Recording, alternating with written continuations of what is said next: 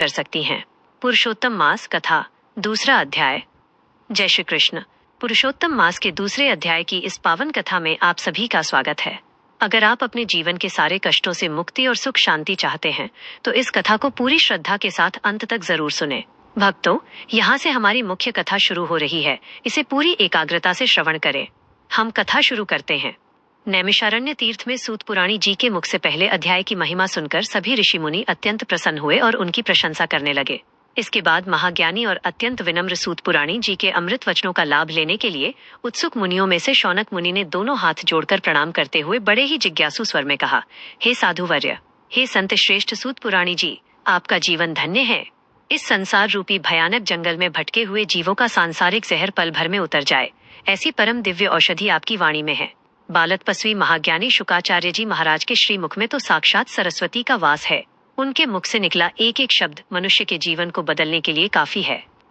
आप ऐसे महान ऋषियों के वचनामृत का पान करके सीधे इस पावन भूमि पर पधारे हैं, इसलिए कृपा करके हमें उस परम ज्ञान के तत्व को सुनाएं, जिससे हमें भी ज्ञान गंगा में स्नान करने की अनुभूति हो। शौनक मुनि की ये बात सुनकर सूर्य की कोमल किरणों से खिले हुए ताजे कमल जैसी प्यारी मुस्कान के साथ सूत पुराणी जी बोले, हे ऋषिगण, पूर्व जन्म के कर्मों के फल स्वरूप सूत जाति में जन्मे मेरे जैसे एक अति सामान्य मनुष्य के प्रति आपका ऐसा आदर और पूज्य भाव देखना मैं अपना बहुत बड़ा सौभाग्य मानता हूँ।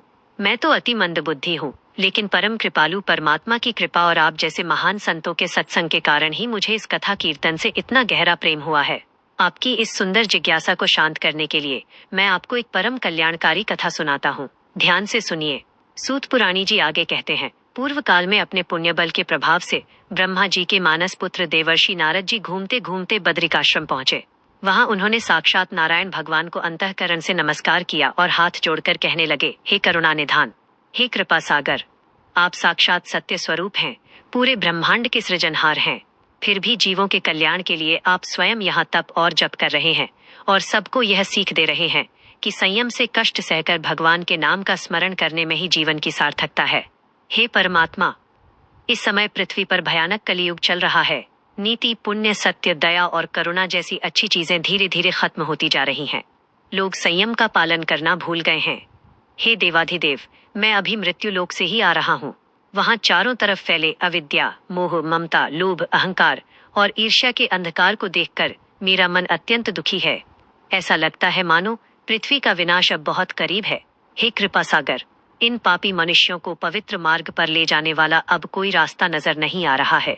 हे मंगलकारी महाराज, पृथ्वी के इन मोह में अंधे हुए मनुष्यों पर कृपा कीजिए और मुझे किसी ऐसे पवित्र व्रत या नियम के बारे में बताइए जिसका पालन करके मनुष्य खुद अपना कल्याण कर सके और मोक्ष को प्राप्त कर सके।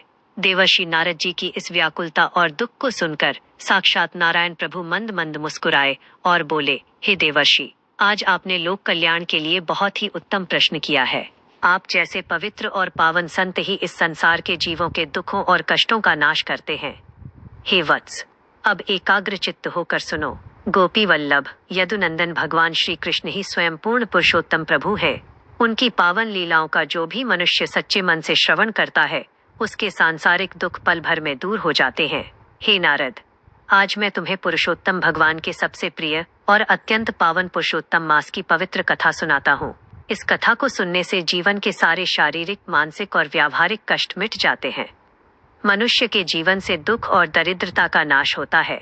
यह सुनकर अत्यंत जिज्ञासु देवर्षि नारद ने विनय पूर्वक प्रणाम किया और बोले, हे प्रभु, आप मुझे इस बिल्कुल नए मास के बारे में विस्तार से बताएं। मुझे इस पुरुषोत्तम मास, इसके देवता और इसकी विधि के बारे में कोई ज्ञान नहीं है। कृपा करके संसार के दुखों को हरने वाली यह कथा मुझे विस्तार से सुनाए। सूत पुराणी जी नैमिषारण्य में बैठे शौनक आदि ऋषियों से बोले, हे ऋषिवर्य, नारद जी का ये सुंदर प्रश्न सुनकर देवाधिदेव नारायण भगवान बोले कि पुरुषोत्तम प्रभु ने स्वयं अपना नाम इस महीने को दिया है, इसलिए ये पुरुषोत्तम मास अत्यंत पावन है। इस पवित्र महीने में किया गया जप, तप, व्रत और दान अनंत गुना फल देता है। हे ऋषियों, जब नारद जी ने अत्यंत व्याकुल होकर पूछा कि कलियुग के भयानक दुखों से घिरे जीवों के कल्याण के लिए इस मास के व्रत, नियम, उपवास और दान कैसे करने चाहिए, तब भगवान ने जो कथा सुनाई, अब मैं वही पावन कथा आपको सुनाने जा रहा हूँ।